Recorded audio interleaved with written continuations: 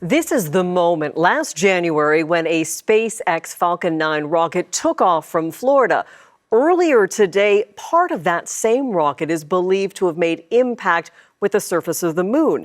That section of the rocket was shed in space as planned, but along the way, it set off on an unintended collision course with the moon. It weighed roughly 4 tons, and it is traveling at more than 8,000 kilometers per hour. So that could potentially crash, and that means a lot of scientists are paying close attention here on Earth. To find out more about this scene and potentially what we can expect, we are joined by Nathalie Ouellette. She is an astrophysicist with the University of Montreal, and she has been watching all of these developments closely. Nathalie, I'm so happy for you to join us because this sounds like a spectacular event, and I want to know what it's like from your side. What are you watching? So we had our observatory in the eastern townships of Quebec set up last night to observe the impact at 2:35 in the morning. I was sound asleep. I will give all the credit to my team who were on the night shift. They were doing it.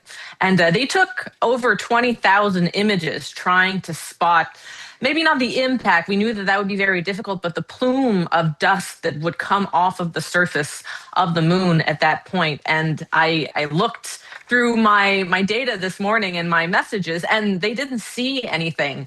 And it was perfect conditions for observation. But then I looked online, and very, very few people even saw a hint of what had happened. So we can see that there was a lot of anticipation, but the circumstances to observe this impact were not great. The position of where it was on the moon was just on the limit of what would even be visible from the Earth. So we still have to wait a few hours or even days for these observatories to do post-processing on the images, hoping to see something. Okay, so it could be a little while before we actually get some confirmation of this. If that confirmation comes, does this lead to more information, scientific discoveries? What can we get out of this if we do get confirmation? So there's two main things that we can be looking at for here. The first is science, which is sort of like the positive side of this. The surface of the moon is in different layers, and typically what's underneath the top layer is not very accessible to us. But if something crashes into the moon and sort of brings up all of this dust, including the layers that are underneath the topsoil, we can get information about the structure, the composition of the moon that we usually wouldn't have access to. So that's what we're hoping to see. And even if we don't see the actual impact, there are lunar orbiters around the moon that can look at the crater that we hope will have been created by this impact and see the fresh material that's been uncovered.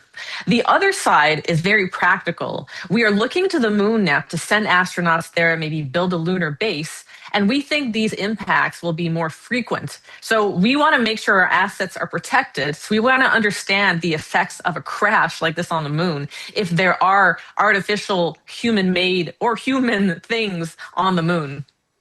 That's really interesting because the idea of potentially we could see this again. So that is one line of inquiry and information we could get.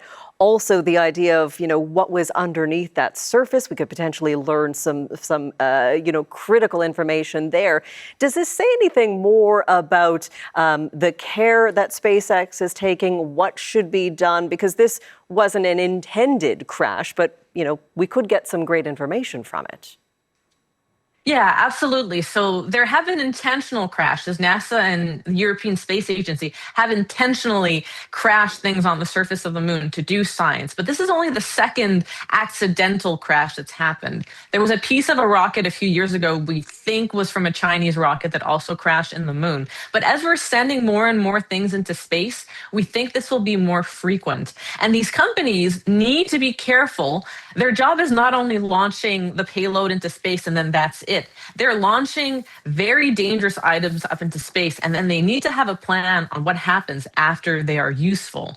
And SpaceX has shown that they don't always think ahead when they're doing these things. Their Starlink satellites are supposed to completely burn up in the atmosphere of the Earth, for example, once they are done and no longer useful. But we know they sometimes survive and crash into the prairies of Canada, for example.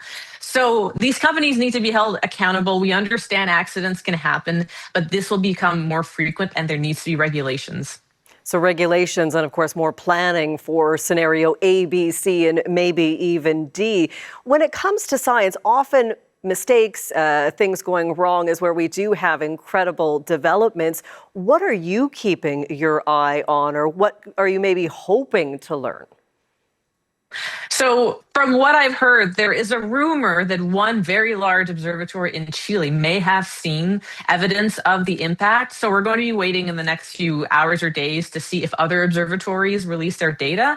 But really, the best tools to look at this crash site are the orbiters that are around the moon. Unfortunately, they were not well positioned to look at the crash when it happened this morning. But in about a week's time, one of them will be well positioned to look at the aftermath.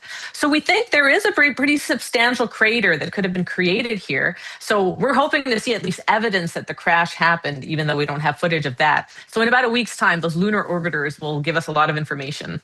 Absolutely fascinating. Nathalie Ouellette, thank you so much for joining us. Astrophysicist with the University of Montreal. Appreciate it.